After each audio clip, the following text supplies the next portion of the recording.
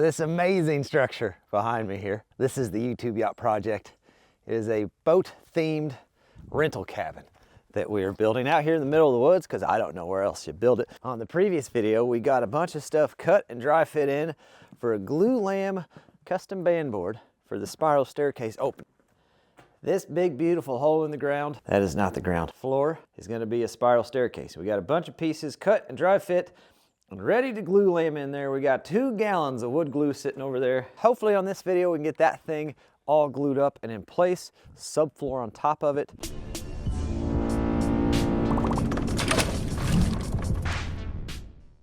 The machine shop has a couple of our stair treads built. They built us 2 stair treads so we can double check and physically hold them in place and make sure they're right before they make 26 of them. When we get that all knocked out, we might mock those up and see what we got. I have yet to find a better way to glue lamb plywood or any kind of sheet good where you want everything coated and covered.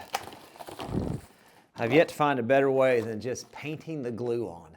It is messy. Glue's gonna be everywhere, including a circular pattern on the floor down below. That's fine, but to get that perfect contact glue all the way around, it just seems to work really well. Hey, people that are in the know, what does FDA approved for indirect food contact mean? What are we doing with the glue that we need the FDA? What is that about? Take a walk down on and around. What a beautiful December day too, by the way. Mid-40s, sun shining. Here's all our pieces laid out. We got them numbered. Nope, that's a letter. We got them lettered and kind of stacked and staged. Fella really needs to build a staircase in here. Would make things a lot easier. So I got everything staged, laid out, and ready.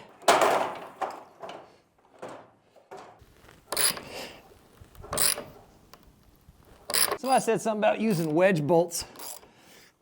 I know everybody does everything just a little bit differently, but I've ran a lot of wedge bolts in the past for people. I think they have a high failure rate, in my personal opinion. I think the epoxy does a better job.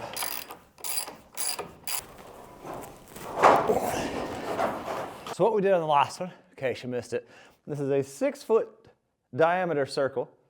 We found the circumference of it by getting on the old Google. We then divided that circumference by 4, which gave us 1, 2, 3, 4 points. Then we found the center of these.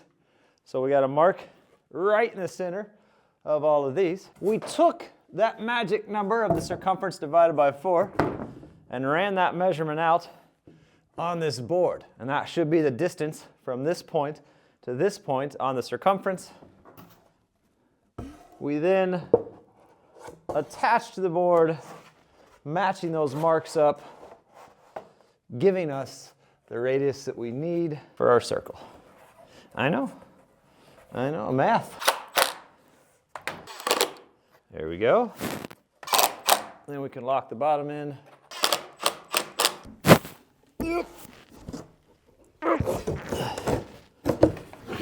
Terrible ladder placement.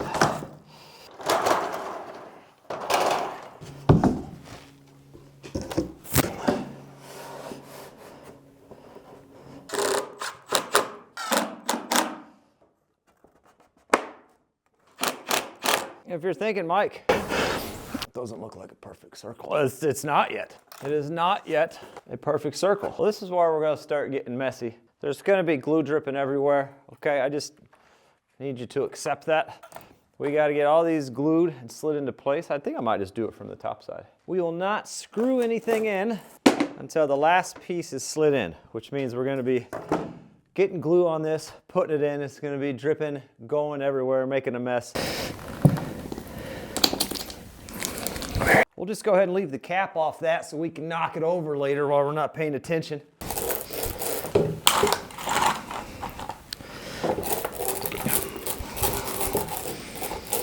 Get behind that.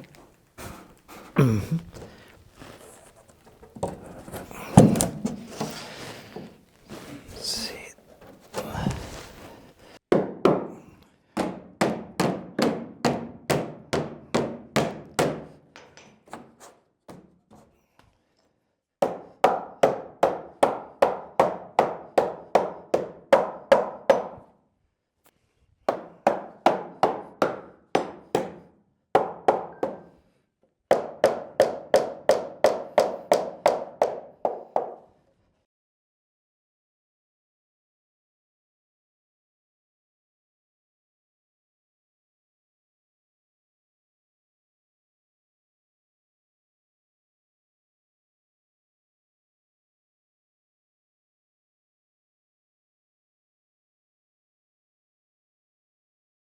Got something going on with this one over here. I got something measured wrong or not fitting right. We're just double checking a few things.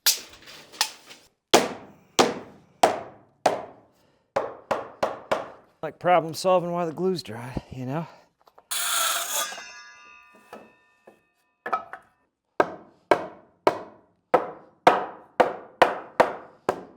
Center line.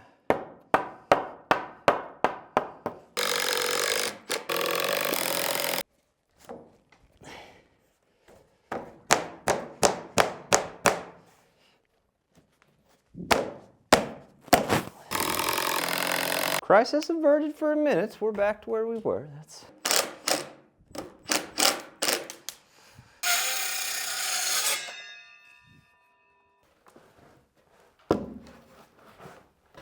There we go. There we go.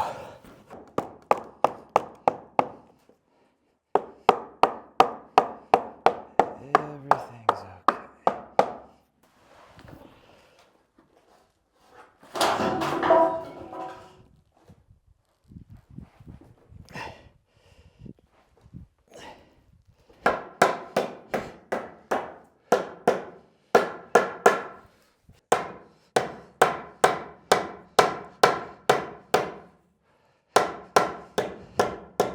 And we'll just work our way to where we need to be. Down to the middle here. Well, that's how she turned out, and I don't hate it. We went around and sunk just a whole bunch of screws in it to pull everything nice and tight together. And everything did pull together pretty daggone tight. It's not perfect. I'm not super stoked with how that corner laid in, but it'll be all right. It'll be fine for what we need. Putting the tape measure around there, we're heavy 3/8, maybe light half on the differences. So I'm good with that. That should work fine. Next step, next thing I want to do, also you'll notice I changed pants. I went over here to take the tarp off, off what we're using for subfloor. And I was looking over in the woods, you know, real distracted like I always am. Dumped approximately 57 gallons of water onto my pants when I did it. So this is for the actual upstairs when we do that one. I need to get that stacked inside somewhere. We're using treated ply for the subfloor on this. Got everything sitting in the weeds real nice over here for me. Got some thorns. Do a little lay out. Oh man, I wish I'd known those were thorns. Oh, what are we doing? What? Okay.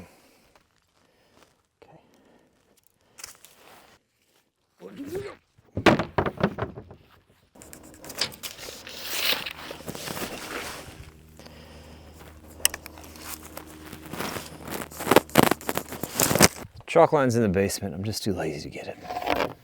Okay. All right.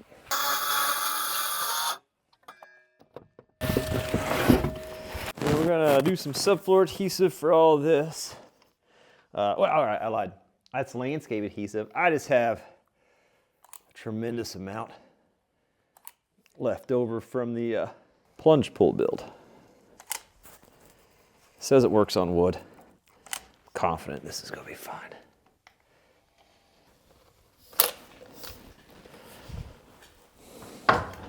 Fella could have dry fit this first, I guess, but look at the commit. Look at us go. Who needs to dry fit? Huh? See if we can get old 27 pole generator started here.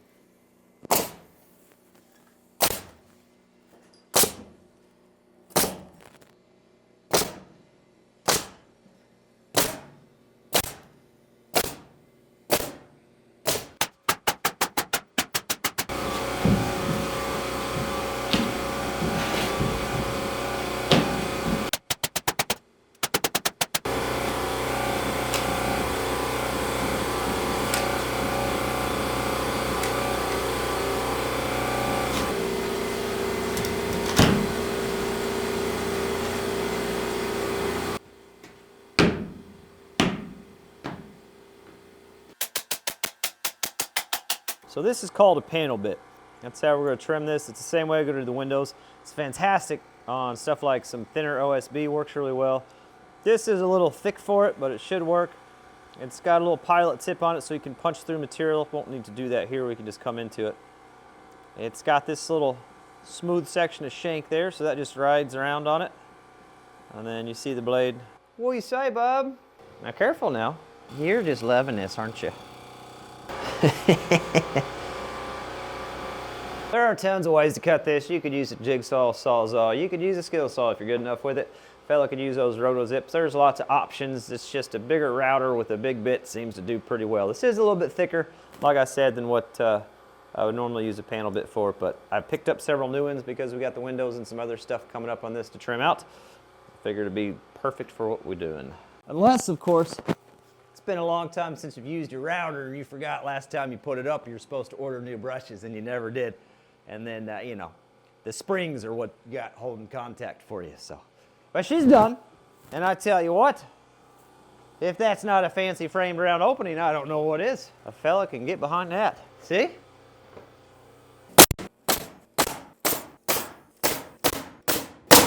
That looks so good. Oh, wow. You impress even yourself, Mike. Excellent job. So it's a new day, beautiful day, and I've only got like 2 or 3 hours to work on this real quick. But one thing we need to do, because we're going to be laying bottom plates down, we got a couple places like this where the concrete's, you know, we didn't focus on a good clean finish right up against that board. We weren't too worried about it. So what we're going to do is get that cleaned up real quick. To do that, we're going to use this. It's just like a concrete surfacing disc. It goes on my little grinder. Obviously,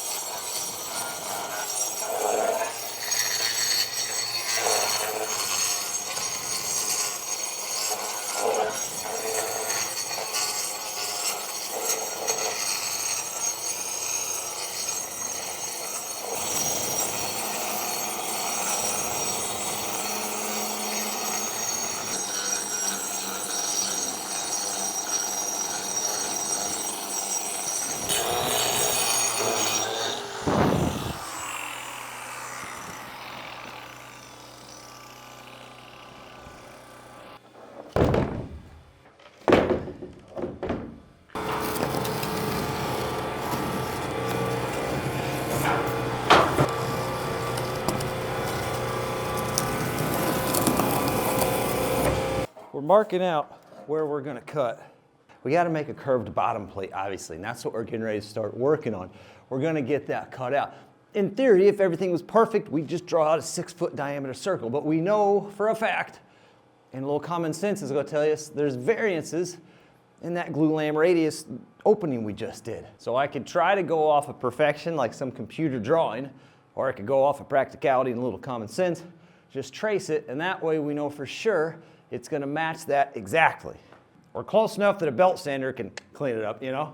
I want to cut this radius with a jigsaw, but a few of you saw me the other day cut a radius with a skill saw and acted like that was wild. It's easy, it's super easy, it's super common. Normally though, like 7/16 is kind of, 7/16 half inch is kind of that limit. The reason you can cut an easy radius is there's not much blade exposed. It's pretty much just teeth when you're cutting that thin. The deeper you get into a cut, the more of this straight edge you got to try to fight. With something thin like 7/16, you're just kind of fighting the teeth that's right there. You're not fighting a big straight edge like that. So it's super easy to cut a radius.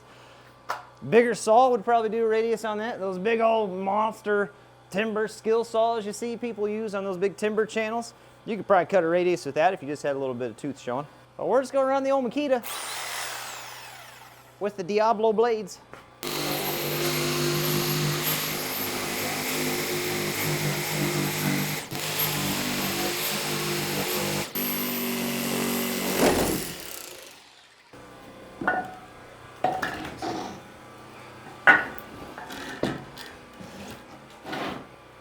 Fireplace, nice. So we got a block of wood. We're gonna make a mark right at 3.5. Put one on each side. One on each side to kind of help hold square. And we just trace it for our 3.5.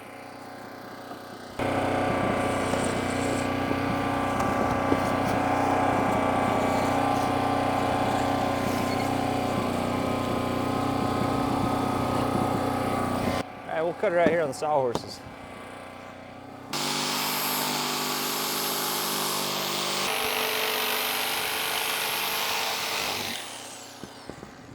I don't remember which way was which here.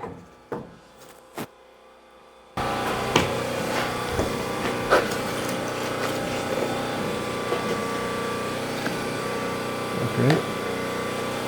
Let me make sure I know which side is the top. So I just got these Milwaukee pins. It's supposed to ride on wet dust, dry dust too, probably, because I was tired of ruining Sharpies. So far, pretty impressed. Next step. Well, I need 2 exactly like that. We're going 3 layers, bottom, middle, top. You guys understand basic math. So 2 identical, and then we'll have to cut the ones for over there because they'll kind of, interlock. So I got number 2 cut. The next thing I need to do, I need to make half of one of these for part of the blue lamb part of it. A lot of waste with the radius wall. Try to make the most out of it.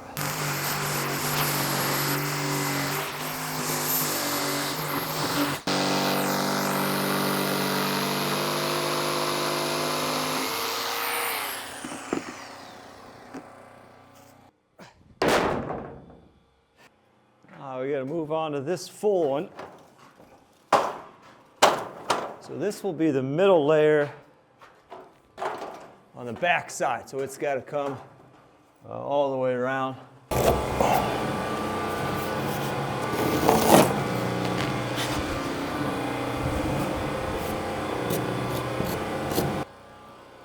All right, let's set some of this stuff in place. North corner. So we'll do like that. It doesn't appear to be right. So right there, we need to cut it. All right, so that's gonna go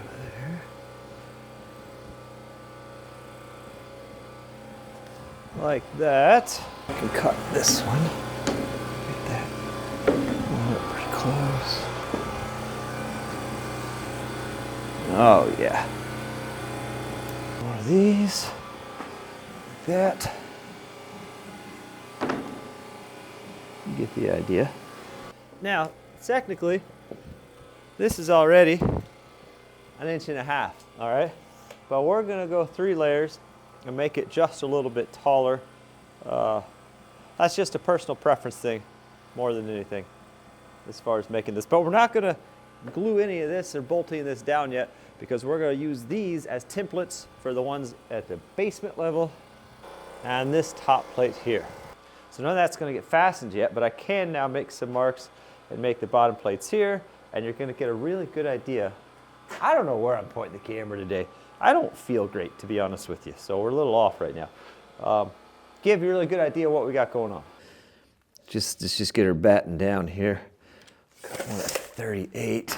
If you're new to the build, we got 6 months to get this finished, which was what it was. So now we're probably closer 5 months and a week to get this finished. And the first month's been a lot of figuring, mobilization.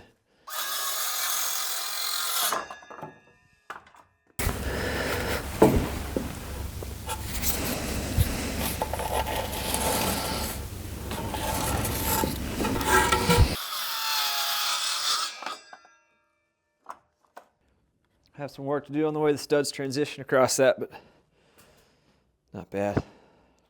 Okay, I like that. So this end is up for interpretation on how this works. And it looks like to me, because we need to come straight off of this stud over like this. So we'll have to railing here, and the wall will terminate back to there. And that's gonna go like that. wherever 3.5 is, we'll terminate it right there. Right across like that.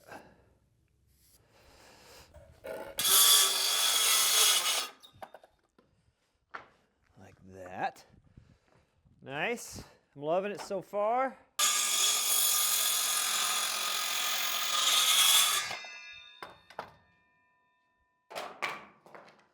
So when we did the concrete, it was just easiest to form that out square and then build this in with wood. It not only made sure we could get this the size we needed without having the repercussions of it being wrong with steel reinforced concrete that includes structural steel beams or structural concrete beams that are in here. Having to cut or try to modify that would have been a pain in the butt.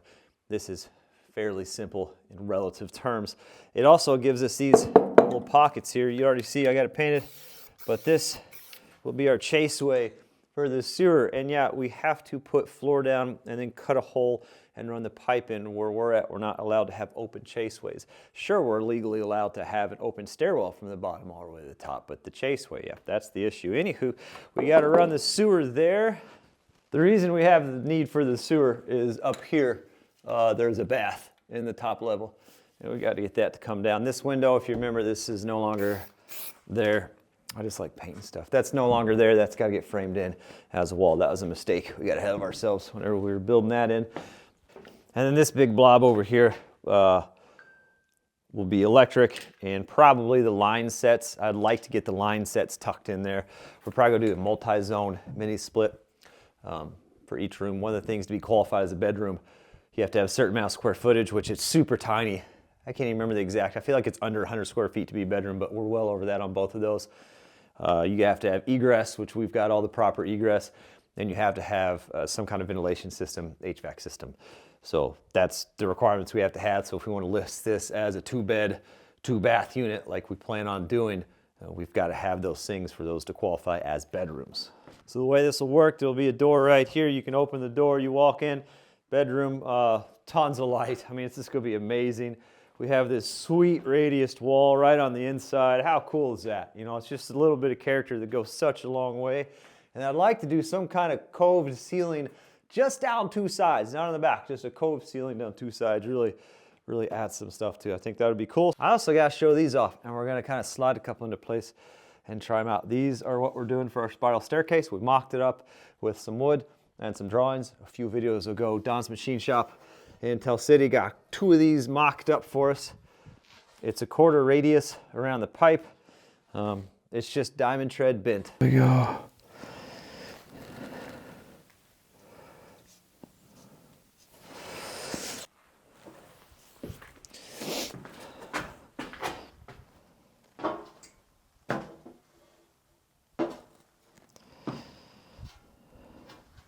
I don't think that's bad.